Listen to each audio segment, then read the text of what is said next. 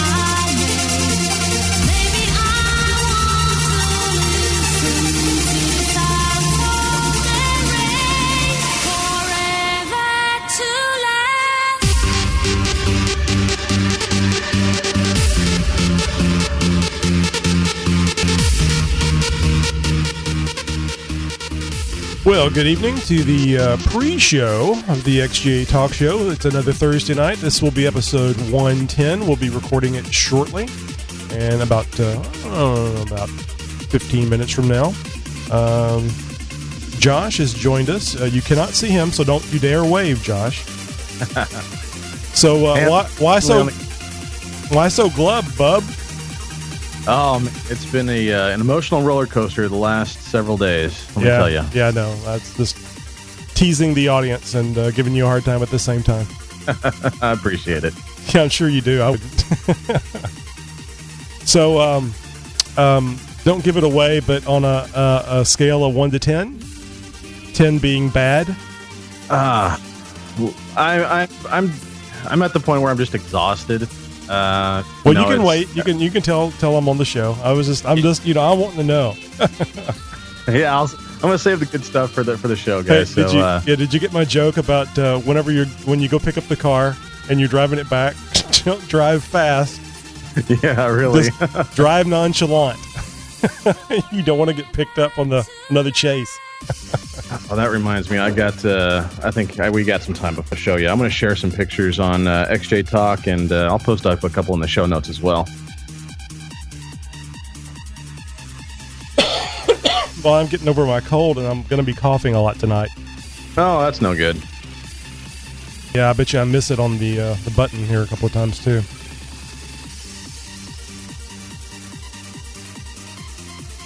So I don't know if I shared it with you. I shared it with the gentleman who's living the Josh's subconscious.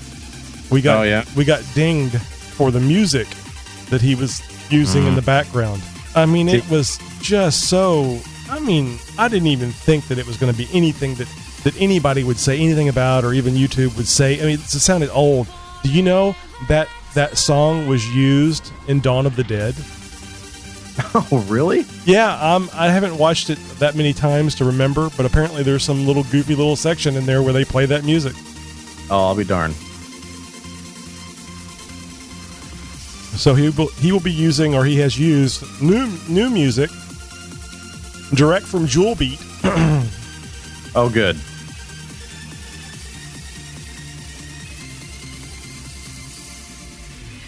YouTube bastards. I mean, thank you for hosting us here. Yeah, we love our YouTube.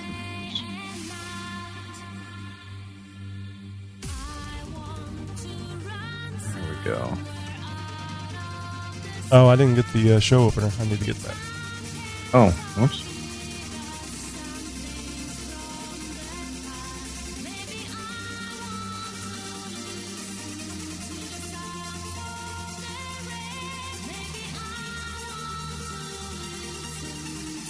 Yeah, I was gonna play Steve's Bastard Pack Jeep tip, and I went to open and edit it, and opened it all 9 minutes and 54 seconds of it. It was silence, complete and utter silence for 9 minutes and 54 seconds. No. Poor guy. So I asked him to check it because maybe he just has the he made a little fat finger there, and he's got the one with sound. Otherwise, it's 9 minutes of his life wasted. Jeez. But we have the inverter deal that he did, so we'll be playing that one.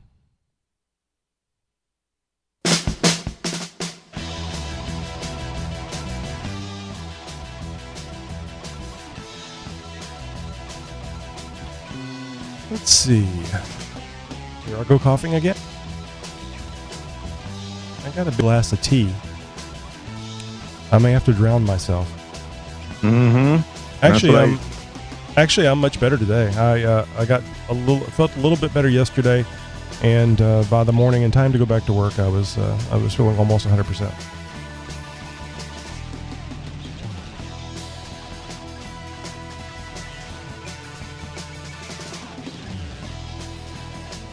I only briefly started reading the This Week in Jeep, and I'm not sure if I'm believing what I'm reading there. Those are the numbers that are out there. Bastards.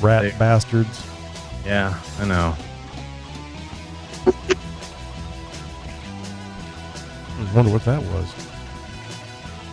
Sorry about that. Oh, okay, good. As long as we know what it was.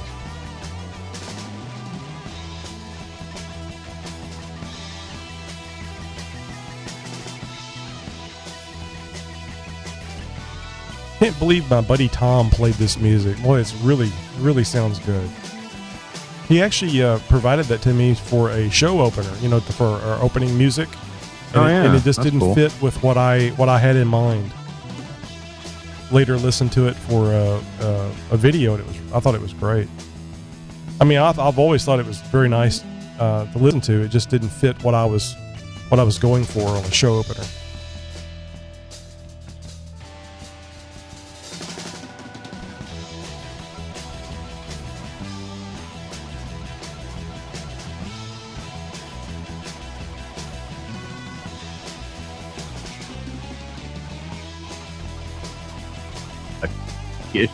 First, talk for him.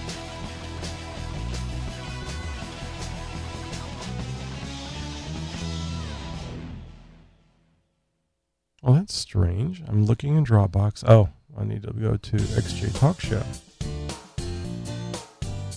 Openers. Cans. There we go.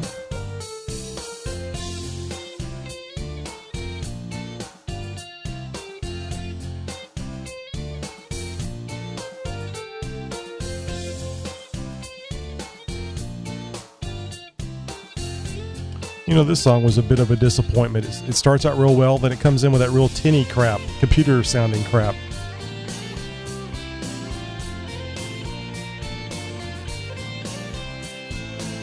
We're sporting the new show logo. Yeah, I saw that. Looks good. The one, it's the same one we had. I just made it, wider so it fit on a 16:9 format. I still forgot to correct the little mascara around your eye. I always notice that when I get done. Funny guy. It's got the Egyptian thing going on there.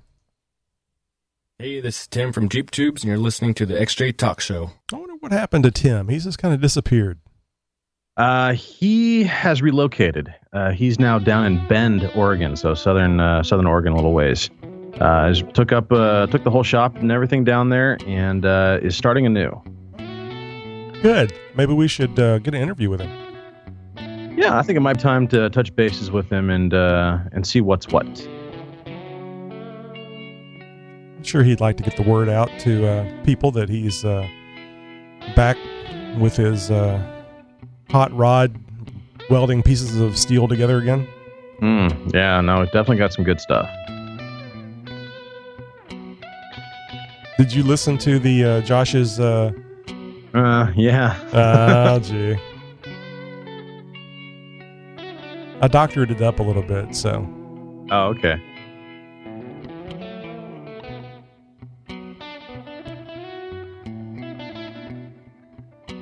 I like seeing that shocked reaction in your face. Like, how did he know? That type of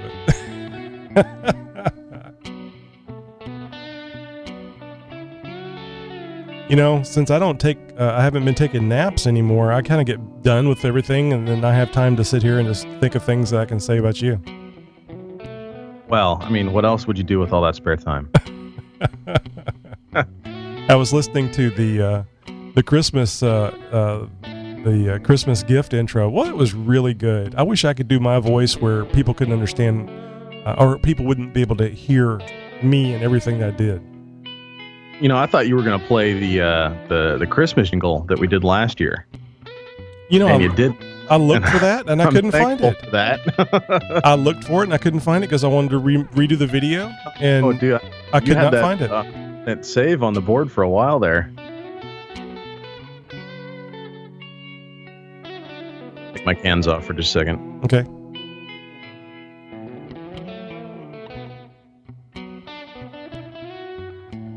Well, as I was saying earlier, this is the point of the show, or the pre-show, that Josh and I get on here and chatted up a little bit about what we're going to be doing on the show. A lot of the stuff is in our show notes, and sometimes you'll hear us talking about things that make absolutely no sense to you until you hear the show, and that's because we're referring to something that's on the show notes. Again, pre-show, show starts around 10 o'clock, and I say around 10 because it usually is around 10. Yeah, oftentimes we find ourselves fashionably late, but no, we should be able to get a timely start this evening. Santa's made his list and he's checked it twice. I know if you've been naughty or nice. And if you know a good boy or girl deserves an off-road gift, well, Tony and Josh has something in store for you. Now, do you hear your voice in that? A little bit. I mean, just because, that was 17 takes later. Yeah, it's really cool. And I wonder if it's just because I know my voice so well that I can always hear my voice. And I'm thinking, this guy, this dork is not fooling anybody. It's the same guy doing all these different things. So I was just wondering, I'm surprised you've never done any voice acting. Believe me, I am trained. It's a direction that I really want to go. But it's one of those things where I'd have to take a leap of faith, which would mean quitting my job that I have now, which gives me a lot of security, and heading into the great unknown. Well, forget I said anything. Yeah. Because I can see it would affect me, and I don't want it to affect me. No, believe me, if I could make a living just sitting here in front of the mic, believe me, that's just fine with me, and I would make sure I've got time to do the shows and stuff too. I think it would be like making porn videos. You think it would be fun, and then after a while, it's like, oh God, I got to do that again. I don't know. There's something you might not know about me, Tony, is I like to talk. Well, I guess so. Yeah, no, if I could get if these golden pipes could make me a golden fortune, believe me, that'd be something special. I haven't seen a lot of. Well, I guess he posted the other day, but I hadn't seen him here on the show. Paddle Trucker. Oh yeah, he must be in transit where he's not able to get service or something. Well, he got that Android phone. Boy, he was bitching about that. I think he didn't like the Android? Well, I think it was the learning curve, because the iPhone actually implants a little thing in the back of your skull so it can read your mind, or it's either that or corrects your way of thinking. I personally think it corrects your way of thinking. Oh, did you hear? This would be more of a Tony and Josh show item, but did you hear about the NSA is all over the iPhone? I mean, it's almost like they created it. It is. They are so in bed, not in charge, but integrated with the iPhone. It's just not even silly. I thought it was hilarious. I remember I tweeted the other day and I said, "Well, see, this is what you get for not reading the labels. 100% NSA approved phone." There you go. Somebody made the smart ass comment about which I encourage. So I must have missed that label. I guess it was really small. I said, yeah, it was a microdot. Yeah, exactly. Hey, we put it on the packaging. It's there for everybody to see. Well, it is 9:59 on the dial. And the dial is an analog thing. I was getting ready to get excited because I thought I saw a comment there, and I see it's yours. But that's good. You're in there commenting. Hey, there's a couple people in there commenting now. Oh, I haven't seen the other comments. Only yours. Okay. Well, I think we can get going here. Let me get the levels here.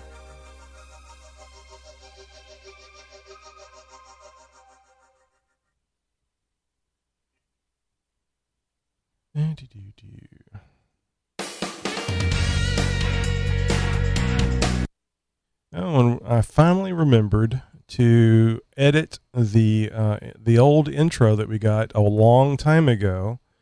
That I incorrectly told the guy that you were was it Northwest 99? Oh yeah, without the XJ. Yeah. And I finally edited that one tonight, so we're going to use that one. Hey, cool. And let's see. Hey, this is Nikki G. Hey, Nikki G. And now, another message from Josh's subconscious.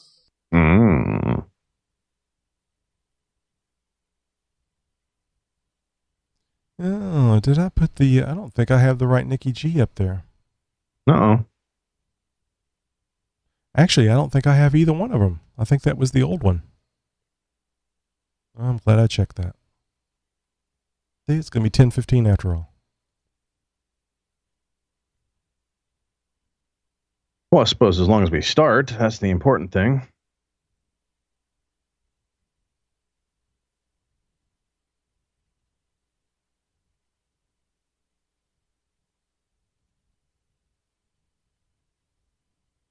Well, I was going to get some pictures up and get those posted on xjtalk.com. You guys can share along as I describe what's happened to my car and stuff like that, and share with you some neat prizes that I found along the way. But the uploading process creates a commercial, which I cannot mute, and I do not want to be part of the show. Hey, why don't you give them a little, 30-second intro as to what you're talking about? If they, some of them may not have read it on the on xjtalk.com. Okay, guys. So for those who don't know what's going on, my car was stolen from in front of the house about a week ago. It was last Saturday. It happened sometime between Saturday night, and Saturday morning. And long story short, the car is now back in my possession, but it's had an adventure, and we're definitely going to talk a little bit about that adventure this evening. So for those who don't know, stick around. I've posted up most of the details, and I think just about everybody who is a member of xjtalk.com and is following this story is up to speed, but I'll bring the rest of you guys up to speed here in just a little while, and after we begin the show, so you guys are going to have to stay tuned for that. Okay, and now here's where the monkey presses the button.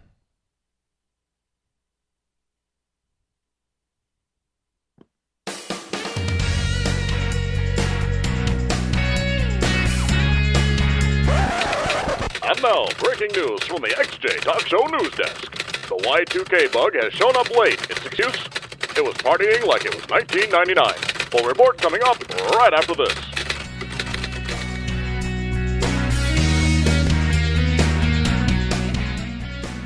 Welcome to the XJ Talk Show. You are listening to the Jeep Cherokee Premier Podcast. Now, here are your hosts, Tony and Josh. Take it away, boys. You son of a bitch, I did a whole long list of openings that you could use, and you said thanks, and every one has been something different, but nothing from my list. Hey, this is Tony. And this is Josh. And this is episode 110 of the XJ Talk Show, brought to you by the fine folks, which just happens to be, I happen to be one of them, xjtalk.com, the premier Jeep website. That's right. Can't find a nicer place, and I'd argue to say a place with more information about the Jeep Cherokees than xjtalk.com. And of course, if you guys would like to check out our podcast, we have the entire show archive available for you guys for easy download or instant play 110 episodes just about on xjtalkshow.com. Yep, they're all there on iTunes. I think, no, they're probably not all there on Stitcher, but you can definitely get them on iTunes. You can go way back in time 2 years ago and hear the very lonely, somewhat depressed, maybe even suicidal me all by myself trying to fill an hour. It's a lot of fun, guys. You want to hear a nice change of pace and a very interesting improvement on the show? Go back to episode 1 and compare it to this one. I think you guys are gonna sign up and join on board. And thank your lucky stars, it's changed. So we got some interesting things to talk about tonight. Of course, it's the new year. It's 2014, and we always start the show with some chit chat. We're going to be doing that here in just a minute. This week in Jeep with, again, I think I'm going to be suicidal from what I'm reading here in the show notes, Josh. Nothing good, guys. If you don't want to get depressed, you guys might, keep the fast forward button for our podcast listeners. But for you guys in the live show, I'm sorry. I'm so sorry. Yes. And then, of course, we got some voicemails and another Jeep tip from Steve, 4.3 LXJ. He's going to talk about inverters tonight.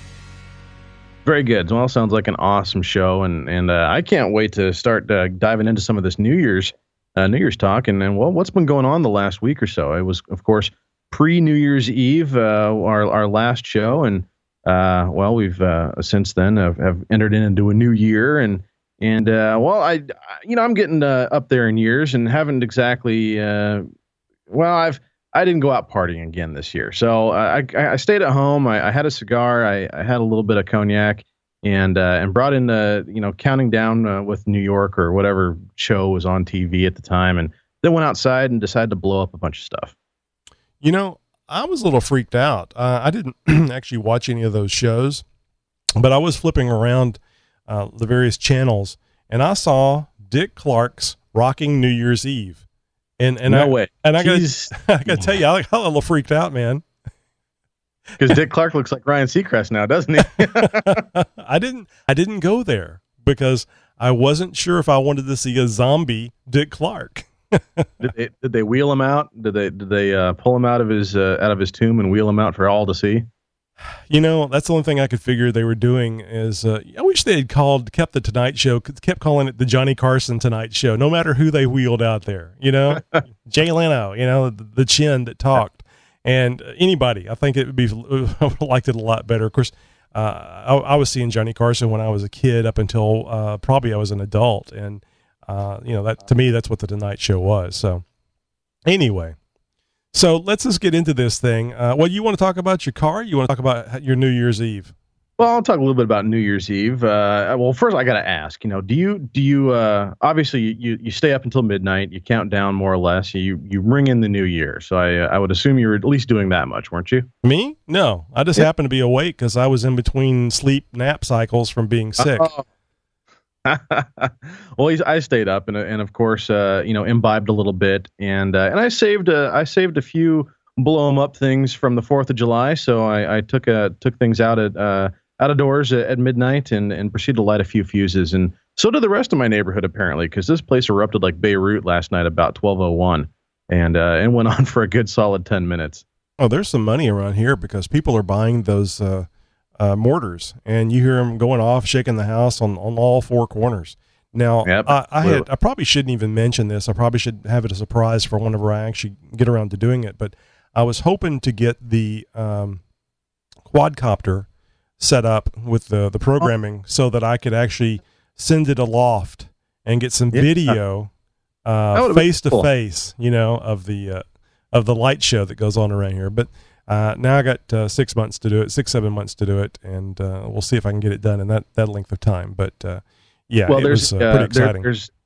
There's a train in one of our stories coming up later this evening. But speaking of trains, I would figured you would have hooked up an air compressor and a tank and maybe fired off that air horn a couple of times at midnight. Ooh, now that's an idea. I could have filled up a tank and run that thing. That would have been pretty funny.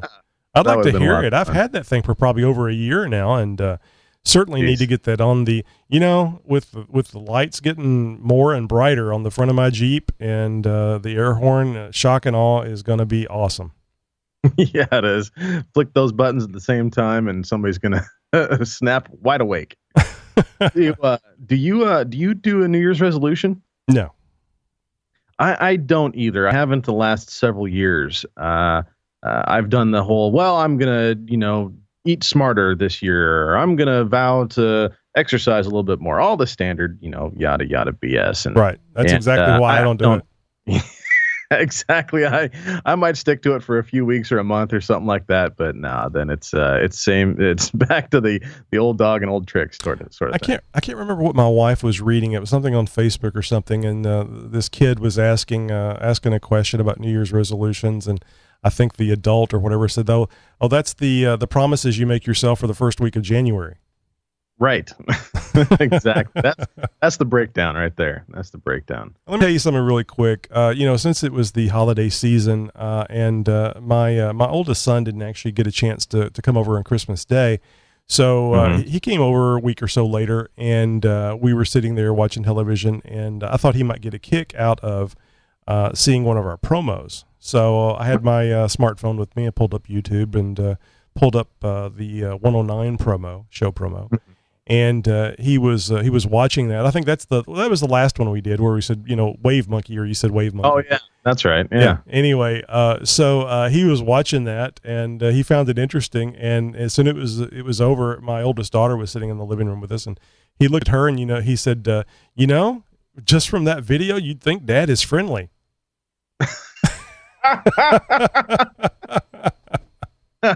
You think he's friendly? Well, not that. Hey, that was pretty good. Or hey, wow. Actually, I think he said from Dad's voice, you'd think he's friendly. So, I can't tell if that's a jab at you or if that's a backhanded compliment, or maybe a little bit of both. No, it's just I don't talk much to people, and it sounded weird to him that I was sitting there being outgoing and friendly, and But I've always been that way as far as. There's certain people I do like and certain people I like to talk to, and that would be every one of you out there listening to me right now. That's right. That sounded genuine, right? No, that's not narcissistic at all. So, anyway, let's get into this little jewel that we're gonna have here as far as what's happened to my car the last week or so. Well, let me ask you a quick question. Now, is there? You mentioned on the prior show that somebody had been outside messing with your Jeep and causing the alarm to chirp off. Do you think there's a connection between these two things? That's a very good question. And just today, in fact, I got the car back, and I got some information. There's going to be a call out to a district attorney here tomorrow, and I'm going to see if I can get a little bit more, backstory, back information, and see if there, the certain questions like how and why and that sort of stuff, and find out if this guy's got a, because I do have the name. I've got a name and a case number and all that stuff. But to find out if this guy's got a history of this sort of stuff, and if he does, let me interrupt you real quick because you kind of jumped over it. Your car was stolen. Yeah. Well, okay. So for those who haven't heard the promo or the pre-show, my car was stolen last Saturday night, late Friday night, early Saturday morning. And we had a family member staying with us for a little while, and he's since moved out. And he had came home around like 2:30 and could have sworn the car was there. And apparently between that and the time that I got up in the morning and took garbage out, which is about 8:30, somebody had stolen the car. I went out, dropped the garbage off, really didn't look up or look over, just assumed all was normal. And it wasn't until a few hours later that, we were leaving for the day, and my girl was going to go pick up her mom or something like that. I was heading over to a pal's house to go buddy around a little bit. And I looked up and my car wasn't there. And I'm thinking somebody played a joke on me or something like that, and moved it around the corner, or the e-brake failed or something. I'm looking down the street expecting to see it in the mailbox or neighbor's yard or something like that. It's not anywhere to be found. I can't come up with a logical explanation as to why my car's not parked where I had left it. So I was like, holy crap, my car's gone. Where's my car? No, seriously, where's my car? Hey, dude. And yeah, so it's like, the girl was astounded. What the heck's going on here? And so immediately I called the police and, I got a report, stolen car, all this stuff.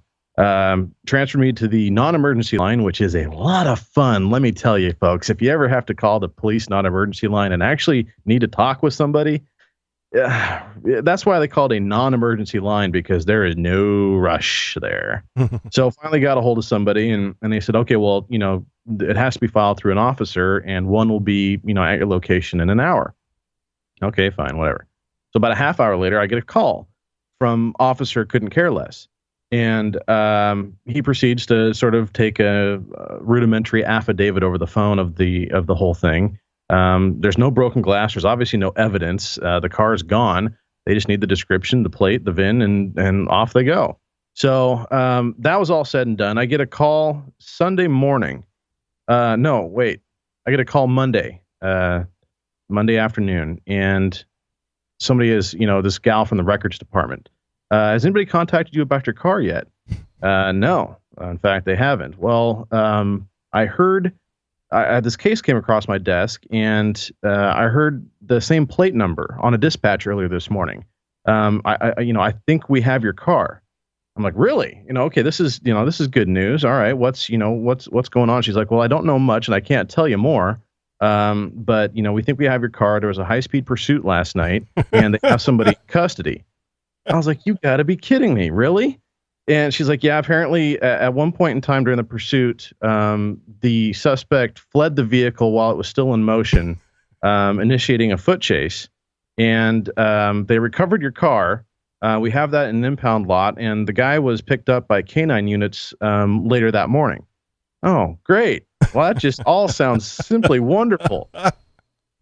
So she's like, I can't really tell you anymore. I probably shouldn't have told you that much. Just hang tight. We'll get back to you, And I was like, well, where's my car? And she's like, well, we can't let you go see it. Why not? She's like, well, it's part of an ongoing investigation right now. It's evidence. Oh, lovely. Thanks. So, at this point, it's been an absolute emotional roller coaster. Up and down and up and down and the whole loss of the car thing, and then contemplating what's happened to it. Is it completely stripped? Am I ever going to see it again? What kind of condition is it going to be in? I get a call back from one of the arresting officers or something like that, and he was on the canine side of it and had not seen my car. Could not tell me what kind of condition it was in. Tell me that there's a forensics team that's going out there to do some sort of investigation, looking for evidence, fingerprinting, the whole 9 yards. And I was like, forensics? What the hell did my car get into? Is there a dead hooker in the trunk? Was it a hit and run? Did Granny get mowed over in an intersection or something? What's happened to my car? We can't tell you, sir. It's part of an investigation. Okay, lovely. Thanks. So a couple days goes by, and I get a call yesterday, and they say, we're going to release the car to you. It's over at this lot. And you can go pick it up. We're going to pay the storage fees, but you're going to be responsible for everything else. Oh, lovely. Okay. So call up the tow yard. The guy's who's there. He's like, well, I can't see it on the cameras right now. I remember it coming in, but I don't recall what kind of condition it's in. Okay, great. So all these people I've talked to now at this point, none of them have seen my car. Nobody can tell me what kind of condition it's in. I'm sweating bullets here. I'm like, what? Do I need to bring a tow dolly? Will it drive? Well, I think it drives it. So I was like, okay, fine.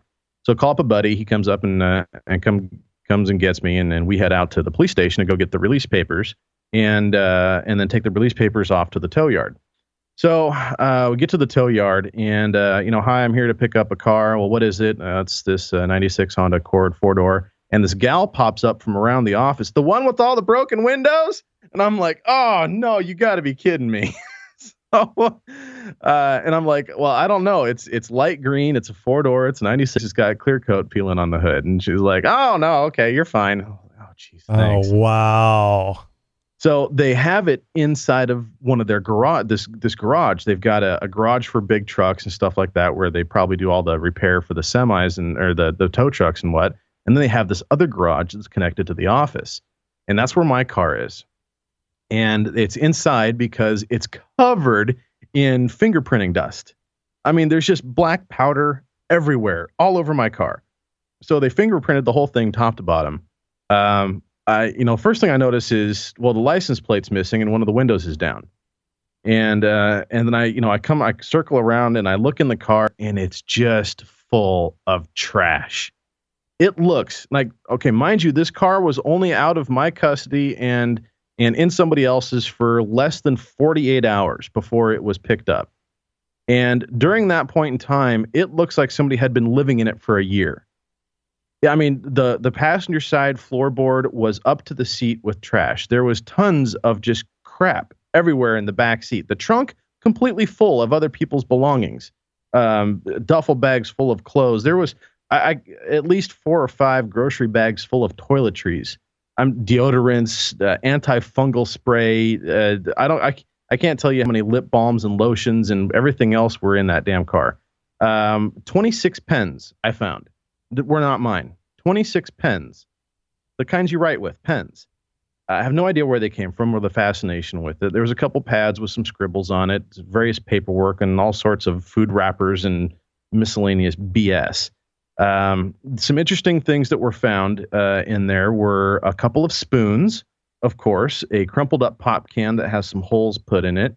One of the spoons had burn marks on the bottom of it, and there was a roll of tinfoil, a brand new package of Reynolds tinfoil in there that had been opened, partially used, and of course was well fingerprinted by the police department there. And a very, very nasty tree freshener, some sort of peachy peach smell or something like that. God, my car just stinks and it feels gross now. I don't know. It's lovely. I think somebody just got confused your car with a shopping cart.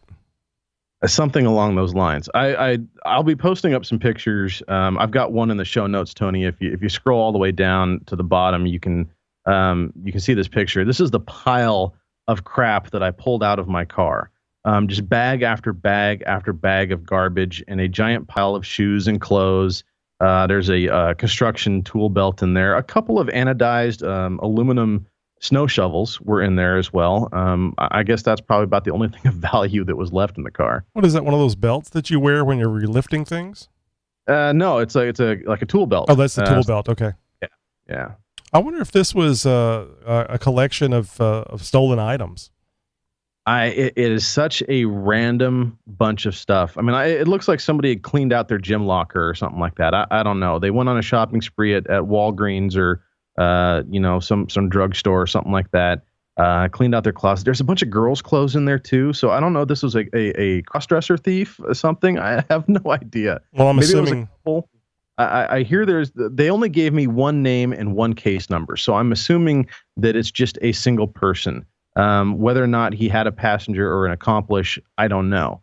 But he was definitely in a hurry to get somewhere with all of this useless garbage. Yeah, that's what I was going to ask, is if it was a male or female. But yeah, there's no telling how many people were involved with that much trash. Now, since he left the vehicle with it being in motion, is there any external damage that you can see? Yeah. So on the passenger side A-pillar, and the A-pillar, folks, is the pillar of metal that separates the door jamb and the windshield. And along that line right there, there's a chrome strip, just door trim, basically is what it is. And it's all pried in. It's where they had got in some sort of a pry bar device, pried the door window back a little bit, and got in with a coat hanger or something and popped the lock open. The ignition is intact, thankfully. The ignition is intact, and it works, and is everything fine. So what the people at the tow yard and what the police have told me, I've heard the term jiggler key used a few times. And I'm familiar with what jiggler keys are, and it's basically just like a blank key almost that you stick it in and apply pressure and jiggle enough times, and it will turn a lock. And apparently Hondas are notorious for being very easy, and those jiggler keys work so well on. So that's how he got in, and that's how he stole the car. Got past the ignition lock anyway. So I don't want to go too much further down this road, because great story, but we're going to move along. But do you have any?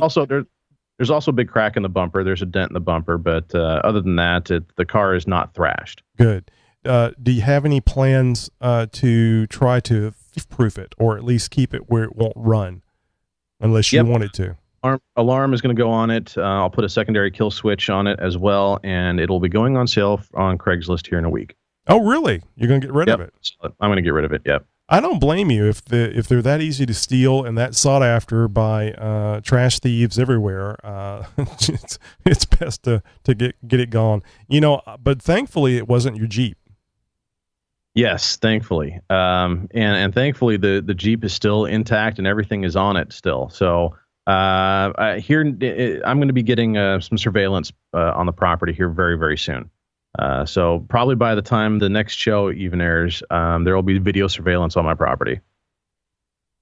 Hey, it's Matt Adair with Petty Cash Racing. Tune into the XJ Talk Show to find out more about our team and the Jeep we all love. xjtalk.com. It's where you go when you're not off-road.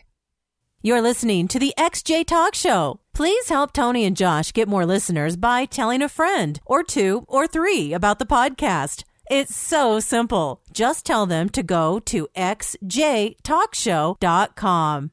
Okay, look, Tony is really insecure, and he measures his success by how many people listen to the show. He is driving us crazy, so please tell a friend.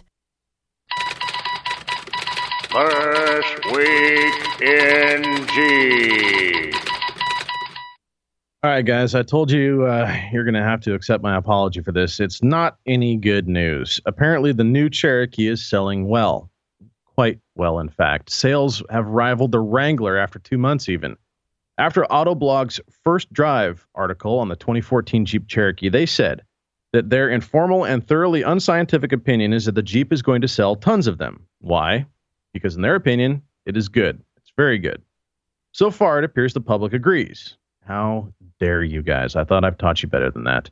Of course, it is still very early. The new compact utility has logged just 1 month of actual confirmed sales, but Larry Veliquette at Automotive News says dealers have told him that the second month of sales numbers are looking even better, a message that mirrors what we've heard from company executives and falls in line with what is typical of the industry for year-end sales spikes. Everybody knows that if you're going to buy a brand new car, the best month to do it in is December. Everybody's trying to get rid of their inventory and liquidating them usually. Now, in its first month on sale, October, where it got out of the gate late and was plagued with recalls and failures, as we all know, the Cherokee sold 579 units. With all of November to play with, though, and seemingly having worked out all the bugs, dealers moved 10,169 of them. This is compared to the 11,753 Wranglers and 14,798 Grand Cherokees. Pretty close numbers for three very different platforms. Those numbers smoke the Liberty, which didn't even break 7,900 units in a month the last 4 years of its life and normally didn't even get close to that. Now, this all helped propel Jeep to a 30% year-on-year improvement for the month. I reported this back a couple shows ago that this has actually done quite well for Chrysler. And as a whole, Chrysler Group got a 16% improvement in the auto manufacturer's 44th consecutive month of sales growth, exceeding analyst expectations by posting its best November numbers since 2007. In March of last year, that's 2013, kiddies, Chrysler said it wants to build 250,000 Cherokees in its Toledo assembly plant for global sales.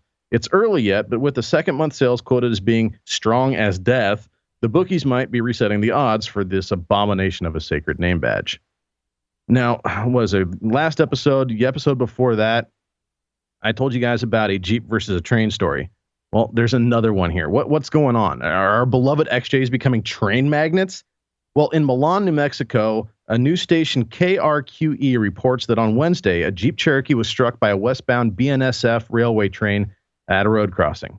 Apparently, the woman's Jeep became stuck on the railroad tracks when she drove off the edge of the crossing, got hung up on the tracks, and was still trying to free the Jeep when she saw that the train was approaching. She obviously was not successful, and the little Cherokee was almost completely obliterated. The only thing that remains is a twisted pile of unrecognizable metal. I've got this picture up, and we'll try and get it up in the show notes, or at least post it up on our random pictures section on xjtalk.com. The woman did escape injury, and the Jeep did not, obviously. Sources have not yet released her name, and reports are unclear as to whether the drugs or alcohol were a factor in this. I'm betting she was texting while listening to the song Dumb Ways to Die when Murphy's Law took over. If she was lifted on 33s, I bet this wouldn't have happened. Stuff like this happens in threes, folks. I give it another month before we hear another story like this one. I don't know. Man, oh man, that is I wasn't sure what that was. There's no point of reference as far as size, as scale, but I can see the wheels on the front and back now, so I can I see that the random shape of a vehicle. That is a train car, a flatbed train car with two semi-trailers stacked on top of each other in the background. Yeah, it still didn't look big enough to be a Jeep. There is not one record. I think I might be able to just barely make out a license plate to the left of center of that picture. But yeah, it's absolutely just a mangled chunk of metal. Can we dream and think that was a 2014 Cherokee? They said Cherokee. They did not say what year. I'm going to assume that was a brand new Cherokee. Hey, but real quick, seriously, kudos to Jeep for putting out millions of dollars in driving a 2014 Cherokee around Moab and polishing it, and trying to get rid of the scrape marks off the bumpers. That was a Rubicon. What did I say? I said Moab. Yeah, Rubicon. Yeah. Congratulations. All that fanfare and pictures has paid off for you. Now, I just wonder how long it's going to hold out. Oh, I don't know. I think this is just going to be a fluke. It's going to be a wave that they ride for a little bit. It's going to fizzle out, and the Cherokee will be no more. Well, the new one at least. Yeah, it'll be interesting to see what happens. And you convince enough people that people get on the bandwagon, and they like what they think they should like. So we've seen it before. Quite often you see movies come out, and they won't release the movie to critics. They just blow it up, and then try to make their money back in the first 2 or 3 opening weeks before the word of mouth gets out. Although I bet you that's really hard these days with social media. Yeah, definitely. Social media. I mean, everybody's been bugging me to get on Facebook. I need to do that one of these days. Hey, this is Ben at Bushwhacker, reminding you to get all your best Jeep news from the XJ Talk Show. And don't forget to follow Bushwhacker on Facebook and Twitter. We welcome and look forward to your questions and comments. Dial 530-675-4102 and leave your message on our 24/7 voicemail. I know you've heard us talk about Amazon on the podcast before, but have you heard about our new game? You bought what? It's a lot of fun, and we want you guys to play along. All you have to do is go to xjtalk.com or xjtalkshow.com and click on the Amazon banner there on the main page. This takes you right to Amazon, where you can buy any crazy little thingamajig to join in on the fun. Amazon gives us a list every week of what you guys are buying, but we don't get to know who it is that's buying it. As an added bonus, you get the same great price you always would, and Amazon is going to give the show a small pittance for you playing along. So let's all have some fun. The XJ Talk Show and Amazon.com. Hey, this is Tony. And this is Josh from the XJ Talk Show. We want to thank you for calling our 24/7 voice line. Yes, we do. Just leave your first name and your question or comment. There's no guarantee, but we may play your message on the podcast. Oh, and don't worry about keeping it clean. We'll take care of that. Now it's your turn to speak at the beep. Hey, this is Mickey G, and I just heard the podcast this morning, episode 109, and I've got to disagree with Josh. I've never really been wheeling in the snow, but I've watched enough television to know that you go out and do what you want. You get stuck in the snow, a St. Bernard with a little barrel of rum around his neck is going to show up, and that'll help you party down until Chuck Norris or Sylvester Stallone can show up and save you. Or if you're unlucky, Val Kilmer, although these days I don't think Val Kilmer can travel easily through the snow. All right, gentlemen, I'll chat you later. Have a good one. Bye. See, and you thought he was going to want to fight with you there for a second, didn't you? I figured he was going a different direction with that, but I approve of his methods. Obviously, they've worked so far for him. So, and now this week's episode of Josh's Subconscious. And now another message from Josh's Subconscious. Yoo-hoo! Woo! I'm so glad Steve came back with the new Jeep tips for us to play with. He's so smart. I bet his Jeep tip is, well, fabulous. I wonder if I can use my new GoPro as a spy cam to catch other Jeep tips, as it were. Oh well, one way to find out. Speaking of tips, I hope everyone liked my tips about wheeling in the snow. I left out that certain part about bringing a buddy. It's really so you could cuddle to keep warm. Nothing like a good little snuggle poo to keep those blood vessels working. I bet Nicky G would cuddle with me in his red Jeep. Oh, I better hurry up and get ready for my share look-alike contest tonight.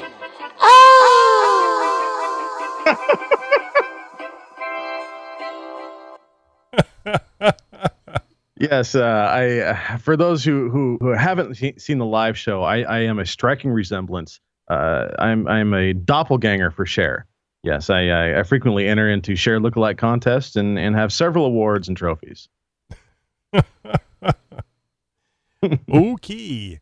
Well, I want to thank you again, anonymous donor, for another Josh's Subconscious. Yeah, no, those are a lot of fun. Thanks. Keep up the good work. As politically incorrect as they are. Yes, they may be, yes. Well, let's get over to our Jeep Tip segment with Steve 4.3 LXJ. He's going to talk to us tonight about inverters. That's those things that invert AC to DC, not to be confused with Cher or their impersonators. Ah.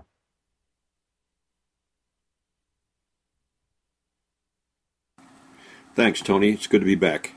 Today I'd like to talk about inverters. Now, some of you may have thought about putting inverters in your Jeeps to power things like computers and things like that, and they can be real handy. So the first question we should ask, do I need one? And the answer is, if you want to run things that normally run on 120 volts in your house, an inverter can be real handy. So the next question is, how big do I need? They come in all sizes. You can get them that'll run a USB port off of a cigarette lighter, clear up to 3,000 watts. And 3,000 watts is pretty big. So, what are you going to use it for? So, they'll run things like power tools. I take mine out to the back 40 and work on the mailbox or fence posts or anything like that. And you can just run it right off your rig. You can run electronic devices, computers, you can charge your cell phone, you can run a television if you want to take it all with you. You can use rechargeable lights. I use one out of my shop when I camp. I use mine also to run a small refrigerator in the back. I've always got nice cold drinks, and it's just real handy that way. In fact, if I wanted to, I could go to town and get ice cream while I'm camping. So the next question is, what will they not run? And that's kind of a really good question to ask yourself if you're going to get an inverter, because there's some things that an inverter will not run. The reason for this is that the modern transistorized inverter will generate a sine wave that doesn't look like your house power. The stuff that goes into your house, if you put it on an oscilloscope, it has a nice rounded topped sine wave, and that's what stuff is designed to run off of. Your transistorized inverters don't have the components that they used to have back in the good old days.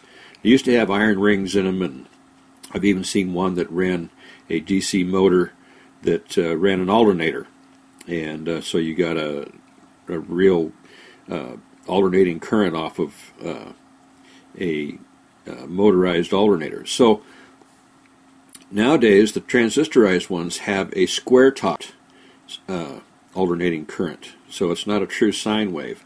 And being square like that, they have different characteristics. And normally you can get by with it. It's not a big deal. You can run your computers or your TVs and power tools and stuff like that. But one thing that they will not do is start a motor under load that does not have a capacitor on it. Nowadays, for instance, you can get a small 1 horsepower compressor at Sears or any number of places, and these things pull a lot of juice when they start up, and they don't have capacitors on them.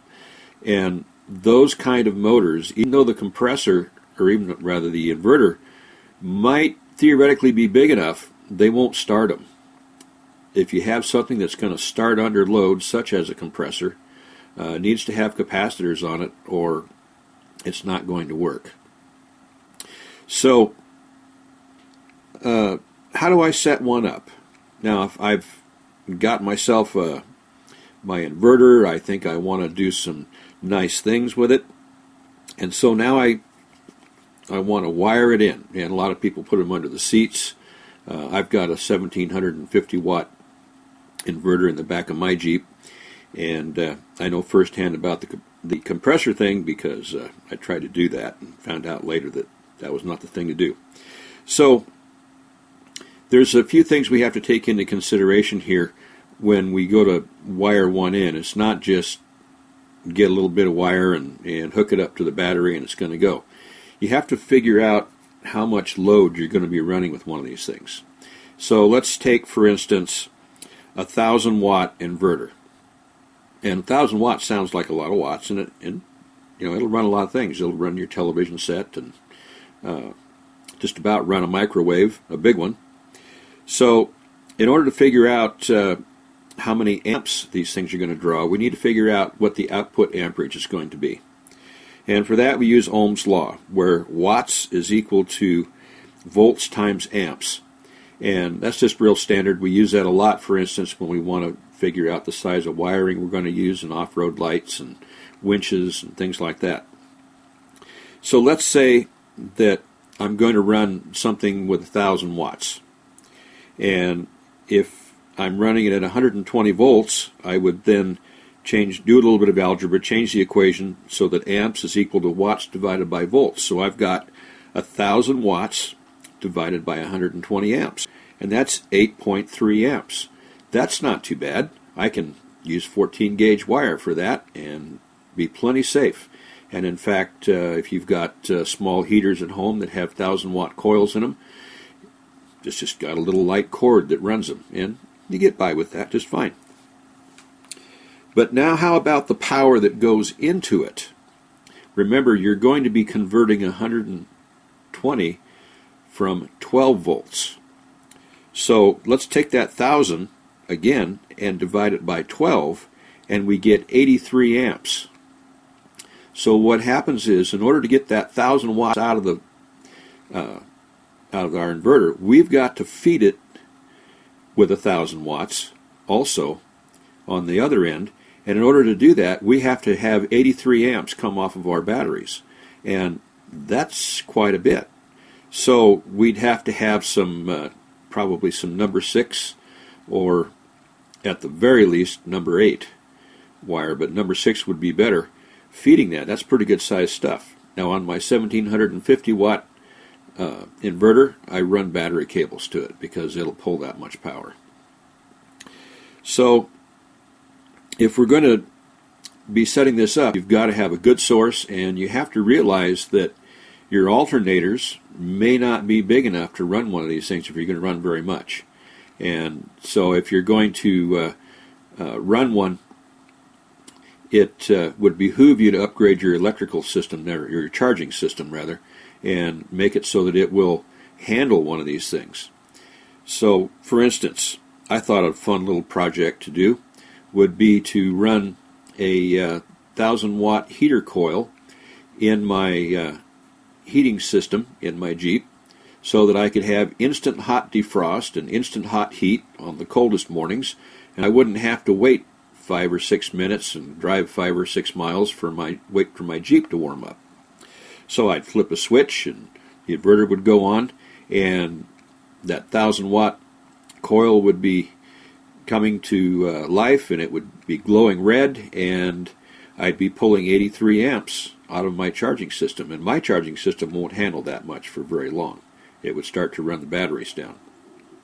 So we need to make sure that the rest of the Jeep is in sync with your inverter needs, and you can use a lot of juice that way. So you might be thinking about that heavier alternator, the 160 amp ZJ V8 alternator on your Jeep, or you might be thinking of even going to a 200 amp alternator if you're going to be doing too much of this. So after we've done that, Now, once you get on the other side, you can run that light wire and power most anything. And it's basically the same as wiring up amplifiers for your subwoofers and so forth. It takes some heavy wiring going in to run these things. So, in conclusion here, what we see is you can run a lot of good stuff, but you've got to be prepared, and you have to plan this out so that you have a system that is totally in sync with what you want to do. And now for a disclaimer. Jeep Tips is for entertainment purposes only. If you choose to follow these tips, man up and take the responsibility for your own actions. If you cannot, or you feel that working on your Jeep is beyond your abilities, seek the help or advice of a trained, certified mechanic. Yeah, thanks a lot, Steve. You know, it just reminds me, Josh, there is no free lunch. You can look at the numbers, but there's some magic behind those numbers, the magic of knowledge, so you know what size wire and what size fire you might be starting. Yeah, there we go. Yeah. You get all proud of that installation. It's all done and everything, and first time you flick that switch, and now you've got 16 feet of welding wire. It's all live inside of your Jeep. Yeah, that's going to be a very no good, very bad day. Well, yeah, thanks, Steve. That's a lot of good information there, and thanks for sharing the Ohm's Law formula there for helping people figure things out to make sure that they don't go overboard when planning an electrical system like that in their rig. There's been some really cool installs up on the forums lately. People relocating the plugs off the inverters and putting them in panels and stuff like that. Things that I've done in my profession over the years. An inverter was planned for my Jeep. It's just really not high on the priority list. It'd be for other people's use primarily, but it's something that I'll eventually get around to doing. Yeah, and Steve did not misspeak. He does have batteries. He's got 2 batteries. So even with 2 batteries, he's concerned about running down the batteries with drawing that 83 amps. Man, that electric preheat thing he's got going on, that sounds like a really cool idea. I'd have to ask him to share some pictures of how he managed to do the install on that. Yeah, that would be a great idea, especially whenever you're getting out there instead of having to wait. Now, I would imagine that would really be nice in the very frigid environments, but I wonder if it might not crack a windshield if you were heating it up too fast. Oh, very good point. Very good point. You know, he's out in California, and I know that they get some chilly weather out there, but I don't think they get anything like what the Northeast is seeing right now, or even what you guys had, a couple of weeks ago. Yeah, that's right. Yeah, we're definitely a little better off than how they are right now. But yeah, nonetheless, I mean, it's just like, pouring hot water onto your, frozen windshield. It's something you never, ever, ever do. Cold water, you might be able to get away with it, but hot water, yeah, no. And hot air, well, it just might be a little bit of the same. Yeah. Well, I got a little news for you guys since we have a little spare time here tonight. I've been running my snorkel. I still have not gotten around to closing off the front of the stock airbox. Is that right? Airbox, where the air filter goes. Sure. But I did get the stuff to put on there, the sealant and some tin, flexible tin that I could put on there, thick enough so that it wouldn't tear or basically puncture in any way. I mean, I guess it could puncture depending on what went through there. But anyway, I haven't put that on there yet. I've been recovering, and also too with all the holiday stuff. But so I've been sucking air from 2 places, and I think there's probably more than one time in our lives that we could all say that. And anyway, I've noticed, at least with the cooler temperatures, that my engine vacuum gauge that I have on the A-pillar inside is running higher. It's running at 18 PSI. I mean, when I start out, it'll be around 17 or so, but it'll, as the engine warms up, it'll get up to around 18, which is about 2 to 3 PSI higher than what I remember it being forever.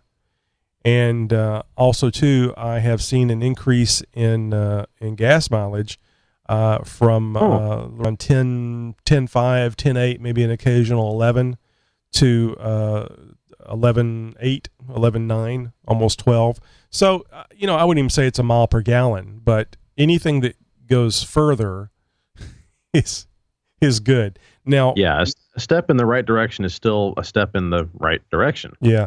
Now, I will say that since I've changed jobs, the drive that I make is different. It's further for me to go to this new job by maybe 2 miles. So it's about the same distance. But the drive that I make now, about maybe a third of it is highway. So 70 miles an hour. Certainly, gas mileage is going to be better whenever you're traveling faster down the road, depending on how much fuel you're burning. But before, my average speed was around 35 miles an hour over 20 miles. So now I'm getting a better actually, I need to measure that so I can see, and I won't have to guess. I have the little torque application and the little Bluetooth nub, OBD2 nub that I can put on there and actually record that so I can see what my average speed is going to and from work. But it seems common sense to me that my gas mileage should go up because I'm traveling the distance faster. Yeah, that makes sense. I mean, city traffic miles per gallon ratings are always lower than highway traffic, and obviously unless you're in stop and go. But I mean, if you maintain a higher speed, that's where the engine likes to operate. It doesn't like slow speed. Well, I mean, obviously crawling is a whole different story, but I'm talking about in-city traffic, and that's why you see a big difference between the kind of miles per gallon you get in stop and go and the kind of miles per gallon you get on an open freeway. Well, let's see. If you're sitting still with the engine running, that would be negative miles per gallon, right? Yeah. I mean, really, because you're not moving, but burning gas. Yeah, I mean, if I could see the teens again, that would be nice. I mean, I'm averaging about 10, 11 miles to the gallon right now. I desperately need to re-gear. And I think the only reason you're not in the teens even after you're re-gearing is I think a lot of it has to do with the cam that you have. Well, it's with the 456 gears, I got about 1.5 mile per gallon back, because with the 4.5-inch lift, 32-inch, about 11.5-inch tires, I was that's when I first started measuring it. I was getting around 10.5. And then with the 456s, it jumped up to the 12, the 11.5 to 12. So I'm finally back to there after the new engine installation. So I'm only getting back to where I was before now. But keep in mind, when I was getting that 10.5, then the 11.5, that was before 100 pounds of sliders and frame stiffeners and front bumper and winch and rear bumper and another 33-inch spare tire and yada and yada and yada. Yeah, so all that weight you add to the vehicle obviously contributes to the lack in miles per gallon. I'm really curious to see what is going to end up affecting, if it's going to be affected at all, by closing off the front end of the airbox. I mean, obviously it's something that you want to do, that you should do, and well, the snorkel is not a snorkel unless you close off the system.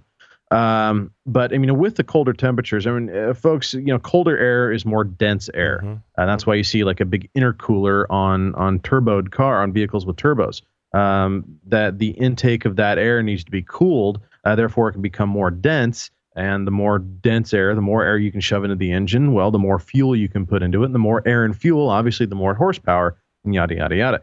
So, with getting that snorkel up higher, the intake up higher, up into the open air, with the season being the way it is, I mean, obviously, you're a lot warmer of air where you're at than where I'm at right now. I imagine your Jeep would love it up here in the Northwest right now, with the 40 and below degree temperature range up here. The air is nice and dense up here. But if you block that off, I'm wondering if you're going to see a little bit different numbers in both the vacuum as well as your MPGs. Yeah, I'm thinking that the MGB, easy for me to say, MPGs should increase, if not, maybe not much, but should slightly increase. Now, the thing that, I'm probably going to get to that this weekend. I'm feeling better. I think I can get out there. You're probably talking about a 30-minute cut some 10 with 10 snips and glue it on there and be done with it. Now, I was going to ask you, while we still have a little time here, I imagine you've been pretty busy with worrying about your car and watching the high-speed pursuits on television. But anything going on with? I know you decided on the Brown Dog motor mounts. Correct. Anything going on in the motor mount arena? There is, in fact. So I've decided on the motor on the Brown Dog motor mounts. We've gone over that in a prior show. Obviously, I gotta hold off a little bit until I can afford the extra $300 some odd to fork out for those things. And hey, Brown Dog, if you're listening, charity is very nice. Start off the year with a bang. No, but in the meantime, I am going to be getting a set of OEM mounts, just replacements. I've got to get something in there to keep the engine from banging around right now. And instead of just getting the motor mounts now and then getting the engine plates later and worrying about all that mess, I'd rather do it all at once. I can throw something in there temporarily for now. I've done this procedure before. It's not that hard. It's not that big of a deal. But I got to get something in there. One, so I can get the Jeep back out on the trail. And two, so it can be daily driven, or at least driven around town without the engine banging around in the engine compartment. So looking at the OEM replacement motor mounts, I went around to a good half a dozen part stores and actually pulled out the motor mounts they have in stock. I jumped behind the counter, stiff arm, told the people, no, I'm doing this. Just, don't worry about it. And, before the cops came, I was able to take a look at the motor mounts and determined that in just about every single part store I went to, the motor mounts were all the same. They had a lot of the same markings on them. Virtually all of them said made in Korea. Now, this is very interesting because these are the same motor mounts that I got from Crown. And Crown is supposed to be, very good OEM replacement stuff. Omix, ADA, Crown, all comes from the same place.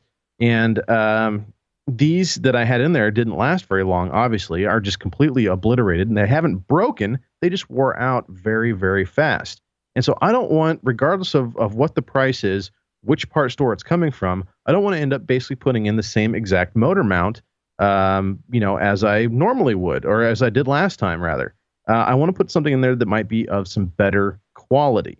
So what I did is I turned back to the interwebs and started looking around. I talked to a couple more part stores and asked them if they've got a USA made, if they have an aftermarket alternative. And the closest thing I could find to an aftermarket alternative in any of the part stores was one from Energy Suspension, and they are polyurethane inserts.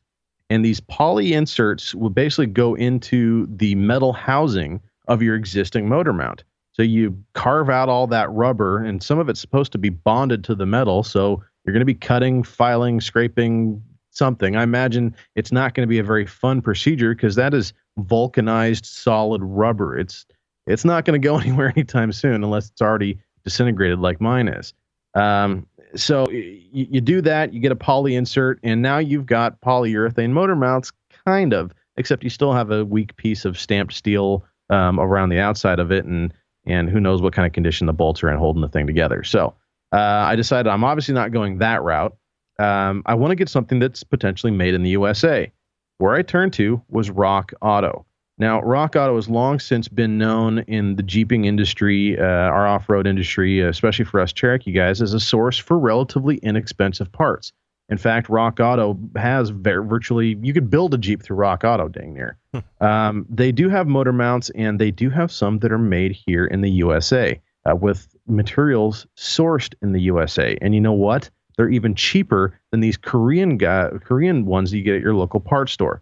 Now, on average, around here, the motor mounts are running about $17 to $21 for an OEM replacement, and that is per motor mount. And they are universal, more or less. The left one is the same as the right one, unless you're in a right-hand drive vehicle, in which I think it's a whole different part number. Anyways, these motor mounts all around town were $17 to $21. The one online at rockauto.com, these are an Anchor brand, part number 2572, and the regular inventory is $4.82 each. You can go with a private label package. I have no idea what that means for $5.92. I don't know if it's just a difference in packaging, if it comes from a different part of the U.S. I don't know. There is a little video online. It kind of tells a little bit about the company, about Anchor, and who they are, where they come from, and how they manufacture their stuff, that sort of thing. For a made in USA part, for a third, more than third, and sometimes a quarter of the price of what I can get at the parts stores. Heck, I'm going to get the Made in USA part any day of the week. So that's what I've got ordered is some of these anchor mounts that will eventually get put in the Jeep. And these are going to be a temporary solution even at that. So, that's the direction I'm going temporarily, at least, until I can afford the brown dogs. Well, it may work out that if you get these and they hold up, you'll have some spares. Now, I doubt very seriously you'll have any problems with the brown dogs, but there's nothing wrong with having a couple of $5 spares laying around. Exactly. And that's exactly what these are going to be used for, is after the brown dogs come in, these I know are going to be in good condition because the brown dogs are going to be in here right around the corner. So it's just going to be a matter of a month or two. These things aren't going to have a whole lot of miles on them. And they don't take up a whole lot of space. I can easily throw one of these in a box and throw it in a toolbox or, in my milk crate that I have in the back of the Jeep that holds some extra fluids and stuff like that, and have a good, reliable motor mount that I can either, make sure somebody else can get down off the mountain or off the trail after a bad day, or in case a brown dog breaks, which I highly doubt it will, I'll be able to slap one of these motor mounts in and get myself down off the trail. Yeah, and I don't know about you guys, but I don't look forward to changing out parts on my Jeep, and I especially don't like looking forward to changing out parts that I just changed 6 months ago. Yep, exactly. And I certainly don't want to be swapping out parts on the trail. That's even worse. Well, guys, really appreciate you joining us tonight, especially the folks, the fine folks in our live audience. And just to remind you, we are here because of the Jeep Cherokee site, xjtalk.com. You can find us on YouTube, this YouTube/user/xjtalk. Josh, we got 323 subscribers now. Hey, not too shabby, guys. Keep up the good work. Make sure you're telling a friend. Spread those links around. And don't forget about our live episodes, live shows we do every Thursday night, 10 p.m. Central Time. Make sure you guys tune in and show up a little bit early. We have a pre-show that we like to do. And, of course, we got a little bit of a live countdown going on the YouTube channel when you guys do that. And make sure you guys are subscribing to the YouTube channel. Make sure you guys are leaving comments on the shows and stuff. And head over to iTunes as well. If you know an iTunes user, make sure you turn them on to the talk show. And, give us a 5-star review and leave a comment there as well. Yep. I want to thank my co-host for being here. Also, too, I want to thank the folks that take their time to leave us voicemails. And also, too, the one that is this brilliantly acted, Josh's Subconscious. Thank you for putting that together. That's a lot of fun for us. Hopefully it's fun for you guys too. It's very flattering that you guys not only will take your time to listen to us, but take the time to call in. If you'd like to call in, you can call in our 24-hour by 7-day-a-week voicemail. Nobody will answer the phone. Nobody will even hear the phone ring. 530-675-4102. You can see that number right at the top of the page on xjtalk.com, just in case you get an urge to call in. Drunk is fine too. Yeah, no, always love the drunk dialing voicemails, guys. Get those in, we'll get you on the air. Have a good night. See you guys next week. Take care.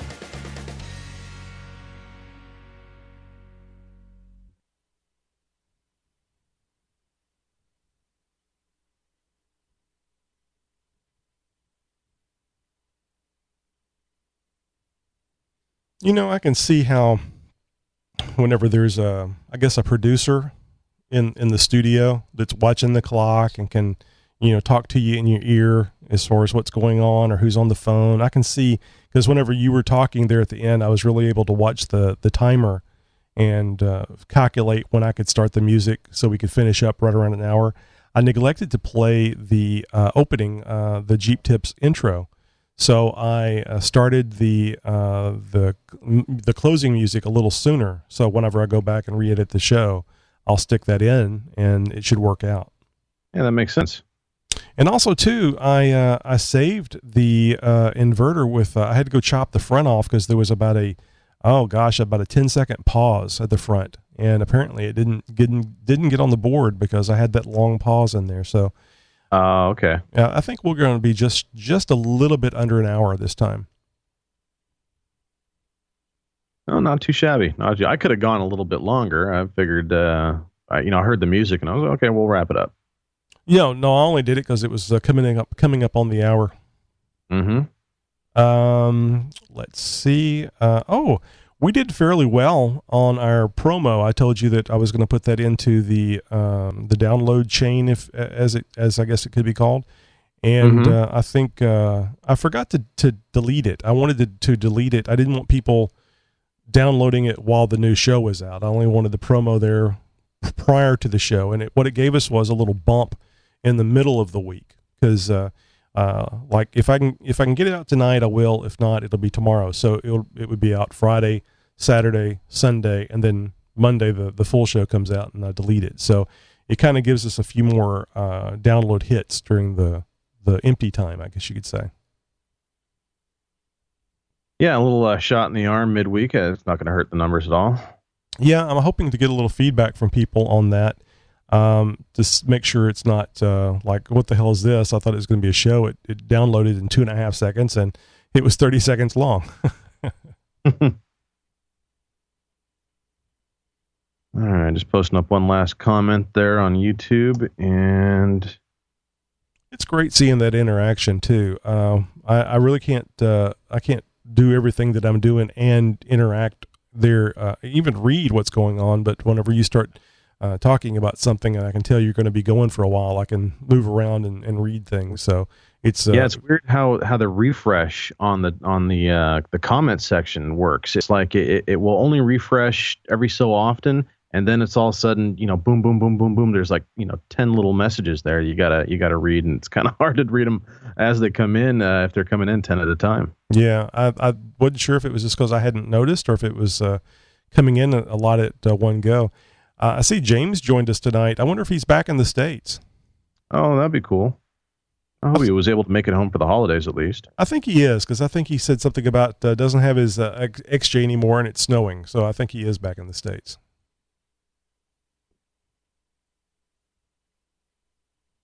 Yeah, I don't think it snows too often over there in the sandbox. No, not unless it's a military experiment.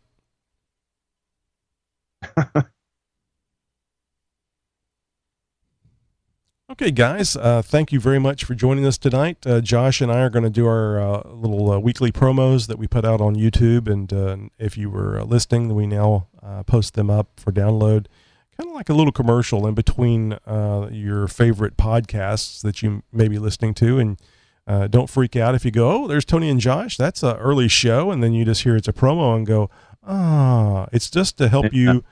It's just to help remind you that we're going to be coming to refresh your entertainment value. So anyway, you guys have a good night. We'll catch you next week, next Thursday. What will that be? I guess that'll be around the 8th, 9th, the 9th. Yep. Thursday the 9th, January the 9th, well into 2014. And look forward to talking to you then. Hey, Josh, I was going to ask you during the show, don't you have a wheeling adventure coming up? It was going to be on the 1st, but with the things going on with my car being stolen, with the motor mounts not being swapped out yet, I had to pass on that. But I do have a wheeling trip potentially. If I can get the motor mounts in tomorrow night, I might make it out this weekend. Oh, okay, great. Well, good. Sure, I'm sorry to hear about your car. I mean, I was having lots of fun with that, but seriously, it just would really piss me off to no end. I don't like the idea of people touching my things without my permission. And yeah, I gotta tell you, man, driving the car home with all that crap around me, I got the car in the driveway and I got out, and man, I felt dirty. It just it's like this doesn't even feel like my car anymore. I just spent a half hour driving home with surrounded by other people's crap. And, the car stinks. It doesn't smell. The seat was all out of adjustment. Everything had been screwed with and messed with. I hate to use the term violated, but yes. really, seriously, on so many levels, yes, I don't wish this kind of stuff on anybody. No, I had back when I was 16, 17 years old, somebody pushed in, broke the little thing for the side window, the smoker's window or whatever you call it. And they got in there and took my CB, and they didn't do anything to the rest of the vehicle, just took that CB out of there, and violated was exactly how I felt. And if I could have got my hands on them, I guarantee you I would have beat the hell out of them. There's just no sense in that. I don't care who you are. Don't steal stuff. That's what the federal government's for. Yeah, really. Anyway, guys, Josh and I'll say goodnight, and we'll catch you next week. Thanks for being there on the live show. And for you YouTubers that are watching this show, thank you for taking the time to watch the video. Lord knows why you'd want to see a video of this show, this podcast, but you guys asked for it. We're happy to happy to produce.